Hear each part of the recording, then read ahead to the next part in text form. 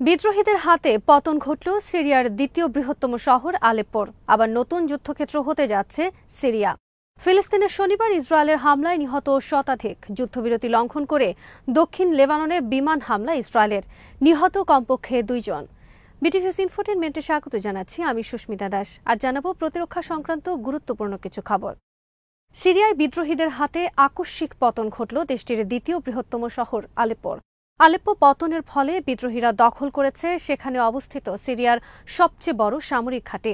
দখল নিয়েছে সিরিয়ান আর্মির কয়েক ডজন ট্যাঙ্ক, মিসাইল সিস্টেম সহ গুরুত্বপূর্ণ আরও অনেক ভারী অস্ত্র। 27 নভেম্বর থেকে আলেপ্পো অভিযান শুরু করে বিদ্রোহীরা। শনিবারের মধ্যে পতন ঘটে শহরটির। সিরিয়া সরকার স্বীকার করেছে তারা আলেপ্পো থেকে সেনা সরিয়ে নিয়েছে। 4 দিনের যুদ্ধে সেখানে নিহত হয়েছে অর্ধ শতাধিক সিরিয়ান সেনা সহ 3 শতাধিক মানুষ। আলেপ্পো শহরের নিয়ন্ত্রণ নিয়েছে শক্তিশালী বিদ্রোহী বাহিনী হায়াত তাহরির আল শাম এবং ফ্রি সিরিয়ান আর্মি নামক বিদ্রোহী বাহিনী। এ দুটি বিদ্রোহী বাহিনী সিরিয়ায় অন্যতম আসাদ বিরোধী মিলিশিয়া বাহিনী। রাশিয়ার সরকারি গণমাধ্যমে অভিযোগ করা হয়েছে সিরিয়ায় বর্তমান যুদ্ধ ছড়িয়ে পড়ার পেছনে ইন্ধন রয়েছে তুরস্ক ও যুক্তরাষ্ট্রের। আলেপ্পো শহর দখলের ক্ষেত্রে হায়াত তাহরির আল শাম বাজিনীর সাথে যোগ দেয় free Syrian army. Free Syrian army Asad বিরোধী সবচেয়ে শক্তিশালী বিদ্রোহী গ্রুপ এবং তাদের প্রতি সমর্থন রয়েছে তুরস্ক ও যুক্তরাষ্ট্রের। তবে বিদ্রোহীদের দখলে যাওয়া আলেপ্পোর অবস্থান তুরস্ক সীমান্তের কাছে। আলেপ্পোর দক্ষিণে অবস্থিত ইদলিব শহর। ইদলিব শহরে আসাদ বিরোধী বিদ্রোহীদের সবচেয়ে শক্ত ঘাঁটি। সেখানে মোতায়েন রয়েছে অনেক আগে থেকে তুরস্কের সেনা। শনিবার বিদ্রোহীদের হাতে আলেপ্পো শহরের পতনের পর নতুন করে ক্ষমতার ভিত্তি নড়বড়ে হয়ে পড়েছে স্বৈরাচার বাশার আল আসাদের ক্ষমতার ভিত্তি। আসাদকে রক্ষায় আবার এগিয়ে এসেছে রাশিয়া। আলেপ্পো রক্ষায় রাশিয়া বিমান হামলা চালিয়েছে আলেপ্পো, ইদলিব সহ বিভিন্ন শহরে, কিন্তু শেষ রক্ষা হয়নি আলেপ্পো শহরের। আলেপ্পো পতনের ফলে নতুন করে আবার যুদ্ধক্ষেত্রে পরিণত হতে যাচ্ছে সিরিয়া। সিরিয়া ঘিরে যুক্তরাষ্ট্র, রাশিয়া, ইরান, তুরস্ক, ইসরায়েল সহ অনেক দেশ আবার জড়িয়ে পড়তে যাচ্ছে নানামুখী দ্বন্দ্বে। 2015 সালে রাশিয়া সিরিয়ার স্বৈরশাসক বাশার আল আসাদকে রক্ষায় এগিয়ে আসেন Russian president Vladimir Putin. Russian army বিমান হামলা চালিয়ে সিরিয়ায় দমন করে আসাদ বিরোধী বিদ্রোহীদের। পতন ঘটে সিরিয়ার বিদ্রোহীদের।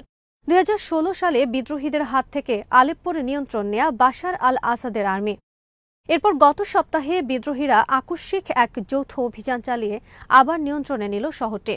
8 বছরের মাথায় বিদ্রোহীদের এভাবে ফিরে আসায় বর্তমানে নতুন করে নড়বড়ে হয়ে পড়েছে বাশার আল আসাদের সিংহাসন।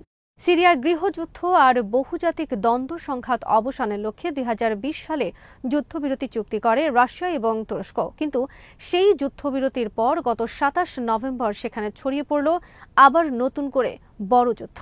বিদ্রোহী দমনে রাশিয়া নতুন করে আবার বিমান হামলা শুরু করেছে সিরিয়ার বিভিন্ন এলাকায়। এর ফলে আবার নতুন করে যুদ্ধক্ষেত্রে পরিণত হতে যাচ্ছে সিরিয়া। সিরিয়ায় কুর্দি সহ বাশার বিরোধী বিভিন্ন বিদ্রোহী বাহিনীকে সহায়তা করে থাকে যুক্তরাষ্ট্র। অপরদিকে সিরিয়ায় কুর্দিদের বিরুদ্ধে কয়েকটি বিদ্রোহী বাহিনীকে আবার সহায়তা করে তুরস্ক। এ নিয়ে সিরিয়া ঘিরে দ্বন্দ্ব রয়েছে যুক্তরাষ্ট্র ও তুরস্কের মধ্যে। একই সাথে সিরিয়া ঘিরে তুরস্কের সাথে দ্বন্দ্ব রয়েছে রাশিয়া ও ইরানের সাথে। এভাবে সিরিয়া বর্তমানে বহুজাতিক স্বার্থ আর দ্বন্দ্বের জালে আবদ্ধ হয়ে ছিন্ন ভিন্ন একটি দেশ। আর এর মূলে রয়েছে সিরিয়ার সংখ্যালঘু আসাদ নামক রাজ পরিবারের দুঃশাসন। ইরান এবং রাশিয়া রয়েছে আসাদ সরকারের পক্ষে। তিউনিসিয়া, মিশরে 2011 সালে আরব বসন্তের ঢেউ আছড়ে পড়ে সিরিয়ায়। স্বৈরাচারী আসাদ পরিবারের শাসনের অবসানের লক্ষ্যে শুরু হয় প্রতিবাদ বিক্ষোভ। আসাদ তাদের বিরুদ্ধে লেলিয়ে দেয় সিরিয়ান আর্মি। শুরু হয় গৃহযুদ্ধ। এ যুদ্ধে নিহত হয়েছে 6 লাখের বেশি সিরিয়ান। বেশিরভাগ নিহত হয়েছে আসাদ বাহিনীর তথা সিরিয়ান আর্মির নির্বিচার হামলায়। গৃহযুদ্ধের কারণে দেশ ছাড়া হয়েছে 1 কোটির বেশি সিরিয়ান। গণ অভ্যুত্থান আর গৃহযুদ্ধে যখন পতন অবশ্যম্ভাবী হয়ে উঠেছে আসাদ সরকারের, তখন তাকে রক্ষায় 2015 সালে এগিয়ে আসে রাশিয়া।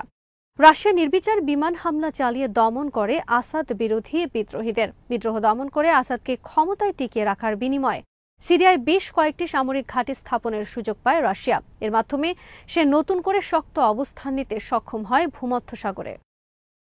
শনিবার গাজায় ইসরায়েলের বিমান হামলায় নিহত হয়েছে শতাধিক বেসামরিক ফিলিস্তিনি। এর মধ্যে গাজার জাবালিয়া উদ্বাস্তু শিবিরে এক হামলায় নিহত হয়েছে কমপক্ষে 40 জন। গাজার দক্ষিণে খান ইউনিসে বিমান হামলায় নিহত হয়েছে কমপক্ষে 12 জন। খান ইউনিসে একটি ত্রাণ কেন্দ্রে খাদ্যের জন্য লাইনে দাঁড়িয়ে থাকা উদ্বাস্তুদের উপর হামলা চালায় ইসরায়েল আর্মি। এই হামলায় উদ্বাস্তুদের সাথে নিহত হয়েছে কমপক্ষে 4 জন ত্রাণকর্মী।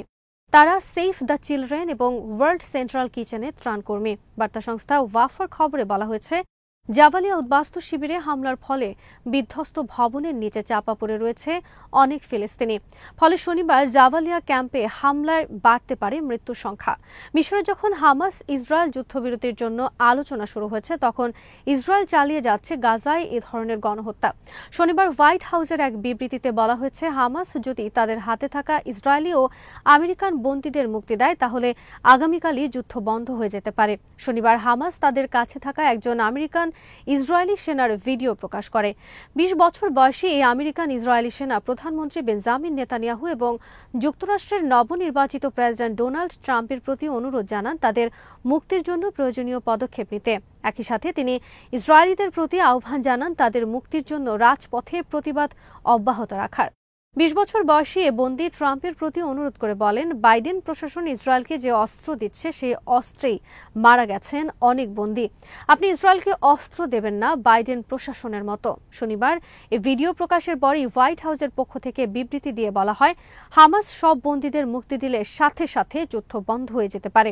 হামাসের শনিবার এ ভিডিও প্রকাশের পর শনিবার ইসরায়েলের রাজধানী তেল আবিব এবং জেরুজালেম সহ বিভিন্ন শহরে নেতানিয়াহুর বিরুদ্ধে বিক্ষোভ ছড়িয়ে পড়ে যুদ্ধবিরতি এবং বন্দী মুক্তির দাবিতে। হামাসের পক্ষ থেকে শনিবার দেয়া বিবৃতিতে যুদ্ধবিরতির পক্ষে নমনীয় অবস্থান ব্যক্ত করা হয়েছে।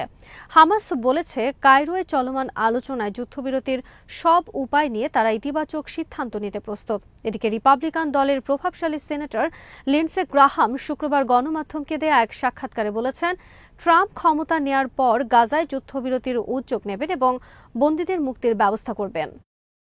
একের পর এক যুদ্ধবিরতি লঙ্ঘন করে চলছে ইসরায়েল। শনিবার যুদ্ধবিরতি লঙ্ঘন করে দক্ষিণ লেবাননে বিমান হামলা চালিয়েছে ইসরায়েল।